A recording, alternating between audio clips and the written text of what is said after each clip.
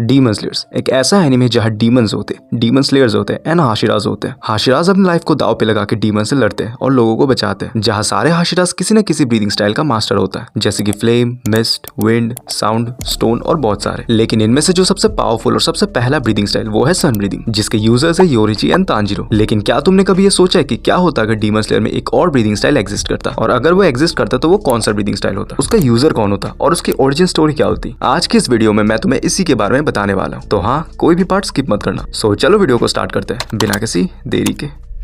So let's just say अगर demon slayer में कोई नया ब्रीदिंग स्टाइल एग्जिस्ट करता तो वो होता शैडो ब्रीदिंग। एक ऐसा ब्रीदिंग स्टाइल जिसमें यूजर डार्कनेस का यूज करता डीमंस के खिलाफ, वही डार्कनेस जो डीमंस का दोस्त है। एंड अगर सच में कोई उन्हीं के डार्कनेस को उन्हीं के खिलाफ यूज करता तो वो देखने लायक होता। तो कहानी शुरू होती है और हमें एक छोटा सा गाँव दिखाया जाता है जिसका नाम होता है सुकीगिरी विलेज। ये गाँव एक बहुत ही गहरा जंगल में बसा हुआ था जिसे लोग यामी नो मोरी यानी कि फॉरेस्ट ऑफ डार्कनेस कहते थे। और इसीलिए इस गाँव के लोगों को बाहर की दुनिया के बारे में कुछ भी नहीं पता था, ना ही डीमंस के बारे में और ना ही डीमन स्लेयर्स के बारे में। इस गाँव की एक खास बात थी, यहाँ धूप कम ही पड़ती थी और रात हमेशा ज्यादा लंबी लगती थी। ये गांव दुनिया के नजरों से काफी दूर था, जैसे किसी ने इसे हमेशा के लिए छुपा दिया। और जब भी चांद उस गांव के ऊपर आता तो बादलों की एक लंबी पतली शेप वाली दरार उसे बीच से काट देती, जैसे कोई अंधेरा तलवार से चांद को दो टुकड़ों में बांट रहा हो। उस गांव के लोग कहते थे चांद की रोशनी हम तक पूरी नहीं पहुंचती, हम हमेशा अंधेरे में रहते हैं। और ये बात कहीं ना कहीं सच भी थी। यामी नो मोरी कोई आम जंगल नहीं था। पेड़ लकड़ी से ज्यादा पत्थर जैसे लगते थे। हवा बहुत कम चलती थी, जैसे जंगल अपने अंदर सांस रोक के बैठा हो। दिन में भी रोशनी 30% ही होती थी। जो लोग पहली बार यहाँ आते थे वो डरते थे कि शायद रात हो गई। और सबसे खास बात, यामी नो मोरी में हर वक्त एक हल्की सी धुंध बनी रहती थी, ऐसी धुंध जिसमें आदमी का एक कदम पीछे जाते ही गायब हो जाता था। वहाँ के लोग कहते हैं इस जंगल में पेड़ से ज्यादा परछाइयां जिंदा है। और कहीं ना कहीं शैडो वॉरियर का अवेकन होने के पीछे ये भी एक रीजन होगा। नॉर्मल गाँव में अंधेरा रात का एक हिस्सा होता है, लेकिन सुकीगिरी गांव में अंधेरा एक जीवित एंटिटी जैसा लगता था। परछाइयों का शेप कभी कभी मोटा, कभी पतला हो जाता, कभी पेड़ की परछाइयां जमीन से अलग लगती। और सबसे अजीब बात, रात में किसी के साथ एक एक्स्ट्रा परछाई चलती हुई दिखती। गांव के बुजुर्ग बच्चों को हमेशा एक वार्निंग देते थे। वो कहते थे रात को अपनी परछाई कभी मत गिनना, तुम सोचोगे एक है पर तुम्हें दो दिखेगी। अब ये सब भले ही दुनिया को अजीब लगे, लेकिन सुकीगिरी के लोगों के लिए ये सब आम बात थी, इसीलिए कोई शिकायत नहीं करता था। लोग इसके साथ जीते थे। सुकीगिरी गांव के बारे में लोगों के बीच एक पुरानी कहानी चलती थी। कई सदियों पहले एक डीमन यहाँ से गुजरा था जिसके पास एक नीचिन ब्लेड थी। उसका नाम कोई नहीं जानता, इवन वो तो ये भी नहीं जानते कि वो एक डीमन था। पर उसके बारे में एक ही चीज उन्हें पता था कि वो चांद को दो हिस्सों में काट कर गया। इस बात का असलियत कोई नहीं जानता, पर उस दिन से उस गाँव में एक अजीब सा कर्ज आ गया। उस दिन के बाद से वहाँ चांद की रोशनी पूरी नहीं आ पाती। चांद आधा ही रहता और आधा रोशनी और आधा अंधेरे में जीता। इस गांव का एक श्राप था कि इस गांव में एक ऐसा बच्चा पैदा होगा जिसके आसपास परछाइयां बिहेव करेगी। और गांव के लोगों का मानना था कि ये गांव के लिए खतरा है। गांव के लोग उसे कहते चाइल्ड ऑफ शैडोज। उनका मानना था कि अगर बच्चा पैदा हो गया तो समय आने पर उसके अंदर अंधेरे की ताकत जाग जाएगी, जो गाँव के लिए सिर्फ और सिर्फ विनाश होगा। लेकिन उन्हें ये नहीं पता कि जिस अंधेरे को वो रोकने की कोशिश करे वो आने ही वाला है। रेंजिरो अराशी और उनकी वाइफ आइको अराशी उसी गाँव में रहने वाले एक निवासी होते हैं। रेंजिरो अराशी एक लंबे, स्ट्रॉन्ग पर बहुत ही कम बोलने वाले इंसान होते हैं। और वहीं पे दूसरी तरफ उनकी वाइफ आइको अराशी बहुत ही सिंपल, सुकून देने वाली औरत होती है। उनका नेचर सॉफ्ट था, उनके फेस में हमेशा एक शांति रहती थी। आइको अराशी को मेडिसिनल हर्ब्स का नॉलेज था। गांव के लोग कहते थे आइको खुद एक चलती फिरते रोशनी है। रेंजिरो और आइको एक दूसरे से काफी ऑपोजिट थे, जैसे कि रोशनी और अंधेरा, लेकिन एक परफेक्ट पेयर। और उन्हीं के घर में एक बच्चा पैदा होने वाला था, एक ऐसा बच्चा जिसका इंतजार पूरा गाँव कर रहा था। कोई नहीं जानता था, पर एक अनदेखा डर सबके बीच था। लोगों के मन में बस एक ही चीज गूंजती रहती थी, अगर शैडो चाइल्ड पैदा हुआ तो अंधेरा और भी गहरा होगा।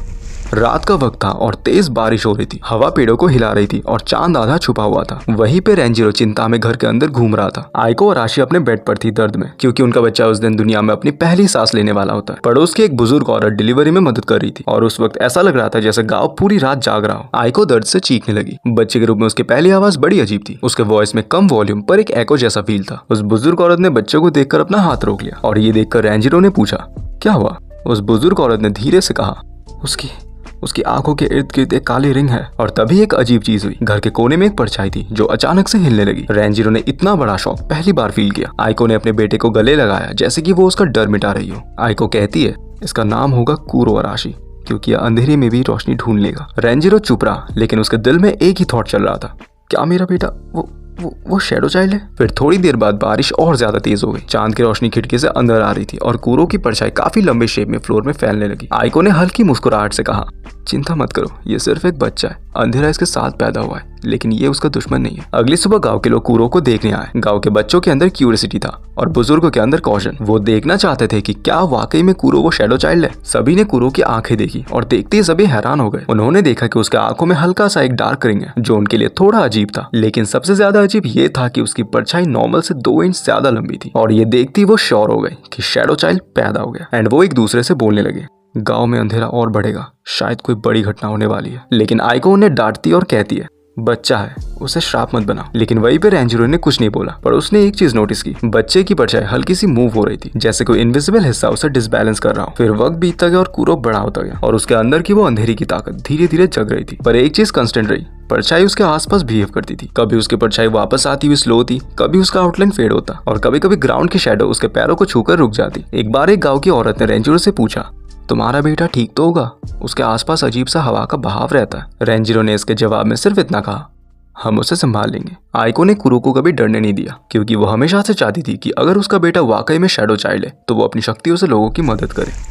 जब कूरो रात में रोता तो आइको उसे संभालती और कहती, बेटा अंधेरा तुम्हें खाने नहीं आती, वो तुम्हें बचाती है। और ये बात कूरो के दिमाग में ऐसे बैठ गई कि वो धीरे धीरे अंधेरे को प्यार करने लगा। हर रात को वो खिड़की के पास बैठकर चांद को देखता और उसके मन में हमेशा एक ही थॉट आता, चांद भी तो अकेला रहता है। गांव के लोग कूरो को ओपनली एक्सेप्ट तो करते हैं, जैसे कि सब कुछ नॉर्मल है, कूरो भी बाकी बच्चों जैसा है, वो शैडो चाइल्ड नहीं है। लेकिन फिर भी कहीं ना कहीं उनके अंदर एक छुपा हुआ डर था। जब भी आमिनो मोरी में एबनॉर्मल शैडो मूवमेंट्स होते हैं, लोग एक दूसरे से कहते हैं शैडो चाइल्ड के इमोशन स्ट्रॉन्ग हो रहे हैं, क्योंकि सुकीगिरी में एक पुरानी बिलीफ थी कि शैडो चाइल्ड के साथ गाँव का अंधेरा जुड़ा है। अगर बच्चा रोएगा तो अंधेरा डेंजरस होगा और अगर बच्चा खुश होगा तो गांव सेफ होगा। इसीलिए गांव के लोग चाहते थे कूरो हमेशा स्टेबल रहे ताकि गांव सेफ रहे। जब कूरो 4 से 5 साल का हो जाता है, तभी एक रात वो ऐसे घर के बाहर खड़ा था। चांद ने अपनी रोशनी फैल रखी थी, हवा के झोंके बिल्कुल धीमे से आ रही थी और उसके आसपास का माहौल पूरा सुनसान पड़ गया था। ऐसा लग रहा था जैसे नेचर उससे कुछ कहना चाह रहा है। और तभी कूरो ने पहली बार देखा, उसकी परछाई उसकी मूवमेंट से ऑपोजिट मूव कर रही थी। एंड वो देखते सबसे पहले तो वो थोड़ा सा डरा और धीमी आवाज में बोला,